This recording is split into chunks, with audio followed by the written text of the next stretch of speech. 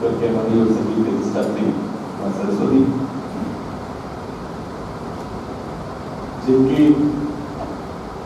तपस्थली के रूप में मेरी ये नगरी विख्यात है। यहाँ के पंच तत्व में, पंचभूत में समाविष्ट ऐसे उनके गोरक्षनाथ जी और उनकी महाराज जो इसी पंचभूत में समाहित है, वैद्यनाथ जी, मंच पर उपस्थित महादूत जी,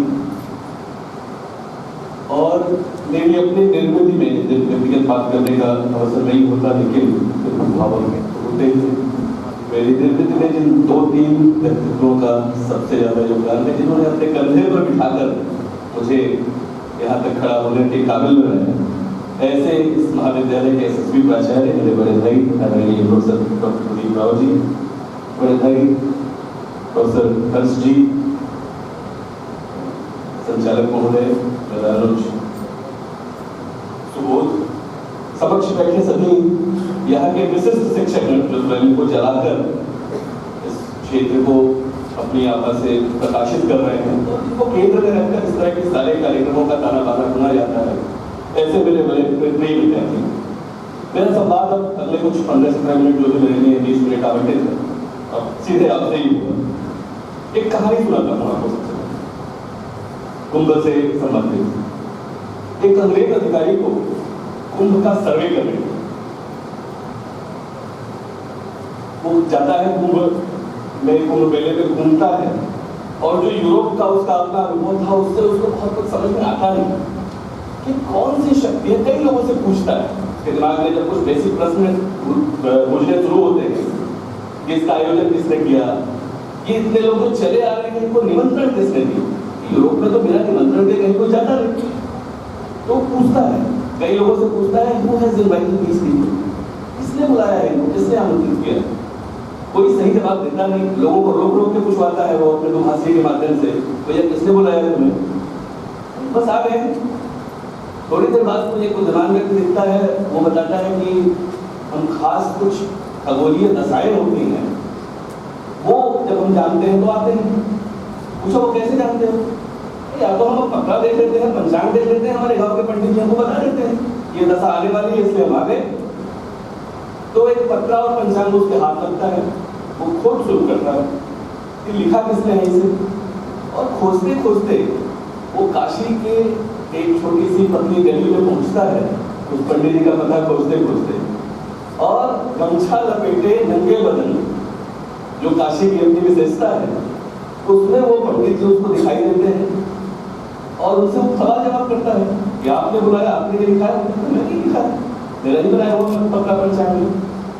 और उसके बाद एक कॉन्फिडेंशियल रिपोर्ट बनाता है। वो कॉन्फिडेंशियल रिपोर्ट बनाता है कि जिस देश में नंगे पंडित के लिखे पर्चे पर किसी खास दिन किसी खास जगह लाखों करोड़ों लोग इकट्ठे हो जाते हो, उस देश पर बहुत लंबे समय तक राज करना हमारे लिए संभव नहीं होता। ये एक वो अपनी कॉन्फिडेंशियल रिपोर्ट में लिखता है। 1911 वाले का जब कुंभ होता है तो ये घटना हिस्टोरिकल रिकॉर्ड्स है। अभी तो मैं कुछ ऐसी बातें तो आपको थोड़ी सी कल्पना के मिश्रण के साथ हो सकती है, मैं अपने बच्चों को साझा कर रहा था, लेकिन ये सच्ची लॉर्ड हार्डिंग वायसराय था, और उसका वार्तालाप है रिकॉर्ड पे है पंडित हमारे मोहन मालवीय जी के साथ, और पूछता है कैसे लोग आते हैं, कैसे आयोजन होता है, और वो सारी चीजें कि इसके स्नान का क्या महत्व है कुंभ के, इसका पूरा महात्म्य क्या है, वो एक एक चीज के बारे में उसको बताते हैं, और वो चीजें रिकॉर्ड पे है लॉर्ड हार्डिंग को। ये जो स्थिति थी, मैं करीब पिछले 2-3 महीने 4 महीने से जब से हमको के लिए बातचीत करना शुरू हमने किया, कई सारे पॉडकास्ट थे, कई सारे टीवी चैनल्स थे, कई सारा कुछ लिखना पढ़ना, कहीं बात करना शुरू किया, तो लगभग 1 दर्जन किताबों से मैं मिल रहा, और क्या गजब की चीजें, खासकर विदेशों की किताबों से गुजरा कि देखूं वो क्या लिखते हैं। कोई भी विदेशी व्यक्ति भी ऐसा नहीं मिला, कुछ एक आध थोड़े नैरेटिव्स को छोड़ के जिसने इसकी बड़ी जबरदस्त प्रशंसा की। सब एक जोर से लिखते हैं, कोई लिखता है इसको कि mystical event full of hidden meanings, ये ऐसा रहस्यात्मक आयोजन है जिसमें बहुत सारे निहितार्थ छुपे हैं, जिसको समझना पड़ेगा, जिसको जानना पड़ेगा, जिसको जानने की उत्कंठा अपने अंदर जगानी पड़ेगी। कोई इसको लिखता है this is biggest show on the earth, धरती पे इससे बड़ा कोई आयोजन होता ही नहीं। कोई लिखता है इसको कि इट इज रिपब्लिक ऑफ धर्म, ये धर्म का ही पूरा रिपब्लिक है। कोई लिखता है कि ये अल्टीमेट एक्सपीरियंस है, इससे बढ़िया दुनिया में मुझे कोई एक्सपीरियंस, जीवन में मुझे कोई अनुभव मिला ही नहीं। कोई कहता है कि इससे पूरी प्लैनेट पे, पूरी पृथ्वी पे इससे बड़ा कोई रिलीजियस या किसी तरह का कोई इवेंट नहीं होता। देखिए पक्षी जो सुनने आ गया, जो कुंभ का आध्यात्मिक अभिप्राय है वो भी देखने समझने की जरूरत है हमें। कुंभ जो आवृत करता है, जो उसका मूल अर्थ है, जो आच्छादित करता है, आवृत करता है, और क्योंकि परम ब्रह्म अपने वैभव से पूरे विश्व को, पूरी सृष्टि को आच्छादित किए हुए हैं, इसलिए वो कुंभ के प्रतीक के रूप में पूज्य। कुंभ का जब किस रूप में हम देखना शुरू करेंगे, केवल दल से या घड़े के रूप में नहीं, जब इसके मूल अर्थ की ओर जाएंगे मेरे प्यारे बच्चों, तब इसका अभिप्राय समझ में आना शुरू होगा। आपने कल से जब की बात हो रही है और मिथिलेश नंदनी जी यहाँ आए थे, तो मुझे लगता है पौराणिक कथाएं आपको जरूर सुनाई होंगी। महाभारत के आदि पर्व में जहाँ पे अवंता और कद्रू की कथा है, हरिवंश पुराण के भविष्य पर्व में, विष्णु पुराण में, कई सारे पुराणों में थोड़े थोड़े वर्जन के साथ, जैसे जो विष्णु पुराण है उसमें एक संदर्भ आता है कि दुर्वासा ऋषि आप लोग जानते हैं ना किस चीज के लिए लिखाते हैं, क्रोध के लिए, लेकिन बहुत प्रसन्न होकर उन्होंने एक माला अपनी इंद्र को दे दी। इंद्र थोड़ी उन्मत्त अवस्था में थे, उन्होंने वो माला अपने हाथी ऐरावत के गले में डाल दी। उसने हाथी उसे कहाँ समझ में आना है, उसने अपना सर हिलाया, माला जमीन पर गिर गई। और इस बात पे राक्षसी दुर्वासा इतने क्रोधित हुए कि उन्होंने देवताओं को साफ, उनकी शक्तियां बिल्कुल मनुष्यों के बराबर हो गई, उनकी सारी शक्तियां जाके रही। और उसके बाद वो जब भगवान ब्रह्मा जी के साथ जब भगवान विष्णु के पास पहुंचे, तो भगवान विष्णु ने उन्हें ये कहा कि समुद्र मंथन करो और उससे लेकर जो अमृत प्राप्त होगा उसके बाद हर शक्तियां पुनः प्राप्त। ये सब कथाएं आपने सुनी होंगी। और उसके बाद 3-4 वर्जन आते हैं हमारे सामने कि जयंत और इंद्र के पुत्र जयंत और असुरों के बीच जो लगातार युद्ध चला 12 दिन का, वहां का एक दिन हमारा एक वर्ष होता है और उसमें 4 स्थानों पर बूंदें छलकी और वहां पर जो बूंदें गिरी जल स्रोतों में वो जल अमृत हुए हो। और खास जो हमारी स्थितियां बनती है, जुपिटर की जो स्थिति होती है, सूर्य चंद्रमा और बृहस्पति का जो संयोग होता है, उस खास संयोग में इस कुंभ का आयोजन होता है।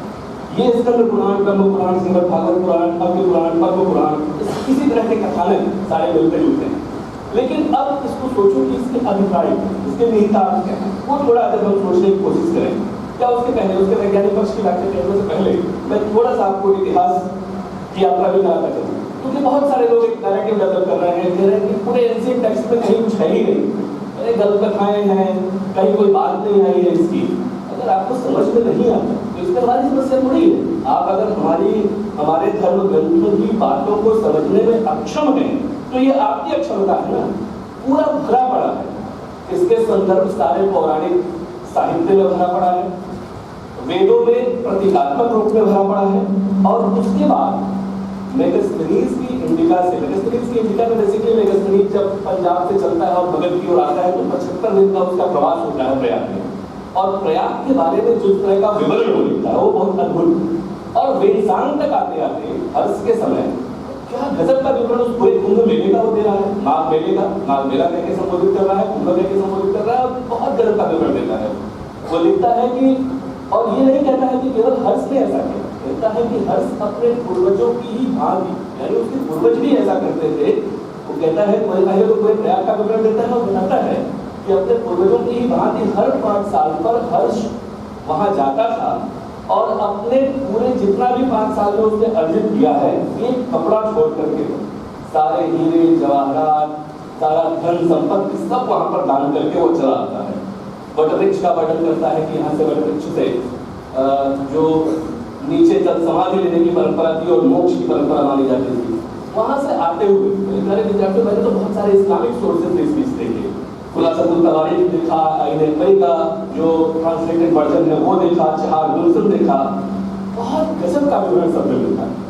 और हमें ये बताया जाता है कि नहीं क्लासिकल टेक्स्ट में तो है ही नहीं, हमारे जो मूल ग्रंथ है उसके लिए कहीं नहीं, ऐसा बिल्कुल नहीं। और वहां से होते हुए चले आए। अभी मैं 3 दिन कुंभ में था, मैं चर्चा कर रहा था कि मैंने कोशिश की कि एक बार समझूं कि ये पूरा जिला जो बसाया जाता है ये कैसे होता है। मुझे जो मेरे प्रशासन के मित्रों ने मेरी गाड़ी को अंदर कराया तो उन्होंने निर्देश दिया था कि अब केवल जब यहाँ से फाइनली बाहर निकलना हो तभी पहले से बाहर जाइएगा, तो फिर अंदर घुस नहीं पाएंगे, या तो फिर हमें ही आना पड़ेगा घुसाने के लिए। एक दिन मैंने रात में 4 घंटे खुद गाड़ी चला के पूरे मेला परिसर को 4-5 सेक्टर को छोड़ के दूसरी तरफ पे एक्सपीरियंस करने की जो अनुभव है, जो सकारात्मक ऊर्जा है, वो बहुत जबरदस्त। फैनी पार्क्स का एक विवरण पढ़ रहा था, अंग्रेज अधिकारी था, उसकी पत्नी थी, वो वहीं पे पापामो में उसका फार्म हाउस था जहाँ रहती थी। बहुत जबरदस्त विवरण फैनी पार्क्स लिखती है। वो कहती है यहाँ जब लोग आते थे तो उन लोगों की आपका ये विश्वास था कि उनके जन्म जन्मांतर के पाप खुल जाएंगे, खत्म हो जाएंगे। ये भी विश्वास था कि अगर इस जन्म में उन्होंने कोई पाप नहीं किए होंगे तो पीछे के जन्म के जो संचित पाप हैं वो समाप्त हो जाएंगे।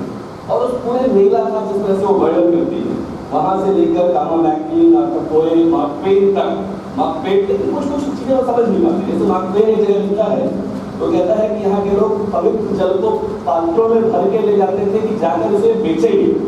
ऐसी कोई परंपरा बेचने की हमारे यहाँ की नहीं। अब देखो विज्ञान का क्या पक्ष है। विज्ञान का पक्ष ये है हमारा कि उस समय मसारो एमोटो एक जापानी वैज्ञानिक है, उसने बहुत जबरदस्त उसकी टीम ने शोध किया। अभी भी 25 इंस्टीट्यूशंस इस बार के उसमें कुंभ में शोध कर रहे हैं। उनके लिए आश्चर्य है, एक चीज इसका आश्चर्यजनक है जो विज्ञान कहता है, या मसारो एमोटो की टीम ने कहा कि हमें इस जल में कुछ अलग तरह के, वो कहता है कि हीरे की तरह के क्रिस्टल्स दिखाई देते हैं। इस केवल इस 45 मिनट के दौरान, आगे पीछे नहीं, आगे पीछे भी वो जल बहुत पवित्र है, लेकिन इस दौरान जो खगोलीय स्थितियां बदलती हैं उसके कारण पूरे वातावरण में जिस तरह की सकारात्मक ऊर्जा का संचार होता है वो बहुत अद्भुत है।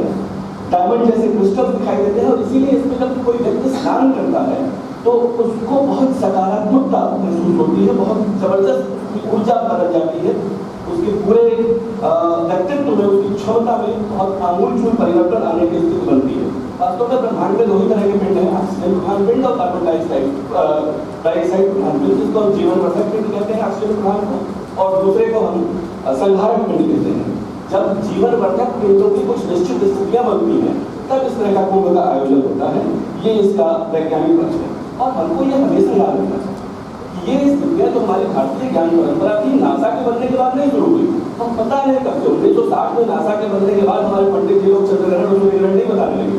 हम पता नहीं कब से ग्रहों नक्षत्रों को याद करते हैं, ब्रह्मा मुरारी प्रांतकारी वारुण सजी भूमि को प्रश्चर और शुक्र सर्वे के सर्वे ग्रह शांति करा और पता नहीं कब से कहते चले आ रहे हैं। ये हमें याद रखने की जरूरत है भारत की इस ज्ञान परंपरा को। जब कोई हमारे पास मशीन नहीं थी, डॉक्टर साहब बैठे हैं, जब कोई मशीन नहीं थी, कोई कैटेपर नहीं था, कोई माइक्रोस्कोप नहीं था, तब तो उसको संहिता 300 तरह के ऑपरेशन कर रहे थे। ये अद्भुत है हमारी ज्ञान परंपरा। जब हमारे पास कोई टेलीस्कोप नहीं था तब हम ग्रहों नक्षत्रों की स्थिति बता रहे हैं। पृथ्वी का जो हमने आर्यभट्ट ने जो व्यास बताया, जब मॉडर्न रिसर्चेस हुए तो आपको जान के आश्चर्य होगा मेरे प्यारे विद्यार्थियों कि केवल 0.026% का अंतर उसमें आया। ये जो स्थिति है, अब महत्व क्या है, केवल महत्व में बात करते हुए मैं समय सीमा के भीतर अपनी बात पूरी करने का प्रयास करूं कि महत्व क्या है इसका। इसके महत्व को 2-3 एंगल्स में मैं आपके साथ साझा करने का प्रयास करूंगा कि 13 अखाड़े इसमें आते हैं। एक तो वैज्ञानिक पक्ष मैंने आपको बताया, 13 अखाड़े आते हैं, 7 शैव अखाड़े, 3 वैष्णव अखाड़े और 3 जो जिनको कहते हैं सिख अखाड़े, बड़ा उदासीन, छोटा उदासीन और निर्मल, ये 3 सिख अखाड़े होते हैं। इन अखाड़ों के जो नाता साधु है या जो और साधु है, उनकी जो सकारात्मक ऊर्जा है, आपने सुना होगा कि लोग उनके पैर की धूल लेने के लिए भी अपने को अर्पित करने को तैयार रहते हैं। इस तरह का भाव लोगों का उनके पीछे है। तो पूरी उनकी ऊर्जा रहती है, सकारात्मक ऊर्जा, वो भी वहीं पर जाकर उस समय इकट्ठी हुई रहती है। तो आप सोचिए कि वातावरण किस तरह का हो जाता होगा। इसलिए कई बार हम तो कहते हैं कि नेशनल रिचार्ज ऑफ भारत, हर 3-4 सालों में नेशनल रिचार्ज ऑफ भारत, ये गजब का हमारी जो मनीषा थी, गजब का उसका ये सोचना था कि हर 3 साल वैसे कहता हूँ कि 4 जगहों पर होता है, 12 साल एक जगह ना, तो हर लगभग 3 साल में इसके बाद हरिद्वार का, नासिक का, उज्जैन का, ये तीनों जगहों का कुंभ रहते हैं। तो हर 3 साल में लगभग कुंभ आता है 12 साल वाला। इसलिए हर पूरा देश सकारात्मक ऊर्जा से भर जाए, ये जो स्थिति थी ये बहुत अद्भुत है।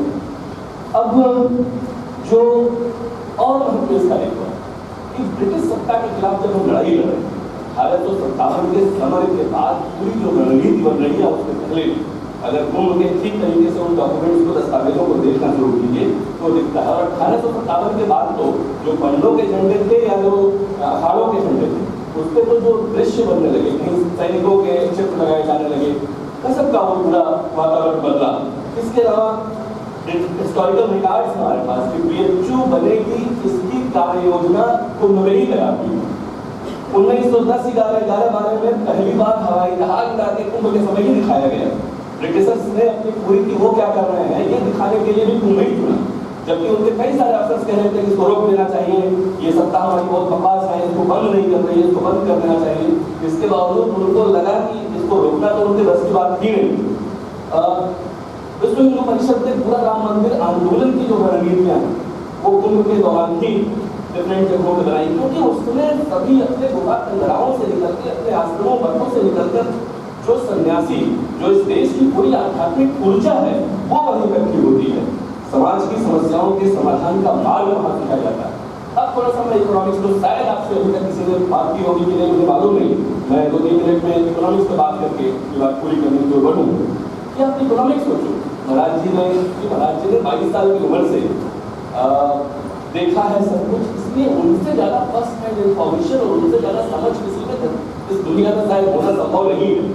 इसलिए जिस तरीके से उन्होंने इसकी पूरी संरचना बनी, मैं उसी को एक्सपीरियंस करने का जो 3 दिन रह के मैंने प्रयास किया कि अपनी बहुत सीमित बुद्धि में थोड़ा बहुत उसको एक्सपीरियंस जो किताबों में पढ़ रहा हूँ, जो अखबारों में देख रहा हूँ, जो बातचीत में सुन रहा हूँ, उसके अलावा जो खुद अनुभव करके सीख सकूँ उसके लिए सीखने का प्रयास किया। 15,000 करोड़ इसमें आज एक ग्रुप को ये भी लग रहा है कि बिग इन्वेस्टमेंट, 15,000 करोड़ आपने एक मेले में लगा दिया। अरे साहब आप उसमें देखो ना कि 80% जो धन है उससे परमानेंट इंफ्रास्ट्रक्चर तैयार किया गया, केवल 3,000 करोड़ रुपए मेले में लगाए गए, बाकी 12,000 करोड़ रुपए में प्रयागराज एयरपोर्ट के 2 टर्मिनल्स बन गए, 4 नए हाईवेज बन गए, 2 नए एक्सप्रेसवे बन गए। ये जो स्थिति बनी है, पहले एक ही फ्लाइट वहां जाती थी, मतलब मुझे तो कभी जाना होता था, मैं कहता था भैया रात की ट्रेन करा दो, दोपहर के 1 बजे की एक फ्लाइट है, क्यों पूरा दिन बेकार करना, उससे बढ़िया हम या तो वहीं रह लेंगे या दिल्ली में रहेंगे, कहीं एक जगह रहेंगे, कुछ काम करेंगे। अब इतने जगहों से वहां की फ्लाइट्स हो गई, 2 नए पक्के टर्मिनल्स तैयार हो गए। अब जो पूरा भीड़ है, केवल 2 किलोमीटर तक का घाट है, इसके पहले 12 किलोमीटर का घाट हो गया है, 41 स्नान घाट हो गए हैं 12 किलोमीटर स्ट्रेच में। तो पूरी भीड़ जिस तरह से बढ़ जा रही है वहाँ, 2011 की जनगणना आप देखें तो केवल 13.5 लाख लोग, 60 लाख लोगों की जनसंख्या थी प्रयागराज जनपद की, 11.5 लाख लोग वहाँ, 13.5 लाख लोग, सॉरी, अभी 16-17 लाख लोग, 16-17 लाख लोगों के शहर में, जहाँ इस कमरे में अगर 500 लोगों की बैठने की क्षमता है, यहाँ बताइए अगर हम कोशिश करें कि 10,000 लोग बैठ जाए तो संभव होगा क्या? इसके लिए तो प्रसार करना पड़ेगा ना, उसको बहुत ठीक तरीके से उन्होंने करने का प्रयास किया। अब वो इकोनॉमी देखिए, लोग बस से आएंगे, ट्रेन से आएंगे, फ्लाइट से आएंगे, ऑटो लेंगे, ई रिक्शा लेंगे, चाय पियेंगे, खाना खाएंगे, प्रसाद खरीदेंगे, इतने तरह की माला खरीदेंगे, कुछ सिंदूर वगैरह खरीदेंगे, इतने तरह के लोगों का जो व्यवसाय है, केवल फूड इकोनॉमी वहाँ की 2,000 करोड़ रुपए की है। 2,000 करोड़ रुपए की फूड इकोनॉमी है, पूरे आयरन सीड्स डालकर जो रोड तैयार की जाती है, क्योंकि ये तो गंगा माँ उधार देती है ना, तो इसमें चाहिए 4-6 महीने पहले भी वहाँ उस पूरे जगह पे नदी थी, और 4-6 महीने ये थ्रिल करता है। अगर आप पूरे एरिया से घूमें तो लगता है कि 3-4 महीने पहले यहाँ गंगा नदी प्रभावित हो रही थी जिसमें हम खड़े हैं, और 4 महीने बाद फिर से प्रभावित होगी। ये जो स्थिति है, 1.5 लाख 1.5 लाख टॉयलेट्स बनाए गए, 15,000 सफाई कर्मियों की नियुक्ति की गई। जब किस तरह का मेटिकुलस इंतजाम किया महाराज जी ने। एक दिन ऐसे ही मैं कहीं पढ़ रहा था, किसी ऐसी व्यवस्था देखने गए तो उन्होंने कुछ बच्चों को देखा कि ये सारे बच्चे हैं क्या कर रहे हैं भाई, ये बात किसी अधिकारी के दिमाग में नहीं आ सकती। शुरू होने के 1 महीने पहले लोग अधिकारी साहब ने सफाई कर्मियों को देखा, ये महिला यहाँ नहीं, इनके कंट्रोल स्कूल बना, इस लेवल तक जाके एक अस्थायी विद्यालय तक बना दिया गया, जो वहाँ सफाई कर्मी है उनके बच्चे 4 महीने चुके वो रहेंगे, उसकी मेकिंग से लेकर डिस्मेंटलिंग तक, तो वो बच्चों की पढ़ाई लिखाई हो चुके हैं। एक मैं भी देख रहा था, गुजर रहा था, तो एक नेत्र कुंभ का बोर्ड लगा, मैंने जानकारी करके सुनती नेत्र कुंभ क्या है, तो कहा जिस संस्था ने लगाया 5 लाख ऑपरेशन करेंगे, वर्ल्ड रिकॉर्ड होने जा रहा है, Guinness book of world record से नाम होने जा रहा है। ये जो स्थितियाँ हैं इनको भी समझिए, और इस आध्यात्मिक ऊर्जा को केवल भारत की वजह से अटल जी मंत्रियों के साथ अपनी बात पूरी करता हूँ, ठीक 20 मिनट में 20 मिनट कि मैं अखिल विश्व का गुरु महान, मैं अखिल विश्व का गुरु महान, देता विद्या का अमर दान, मेरे वेदों की ज्योति प्रकट, मेरे वेदों का ज्ञान अमर, मानव के मन का अंधकार क्या कभी सामने सकाठर, मेरा स्वर में घर घर, सागर के जल में चहल चहल, कोने से इस कोने तक सत्ता जगती सोनर में रगरग मेरा परिचय। बहुत बहुत धन्यवाद आप सभी को। मेरे साथ एक भारत माता की जय, भारत माता की जय।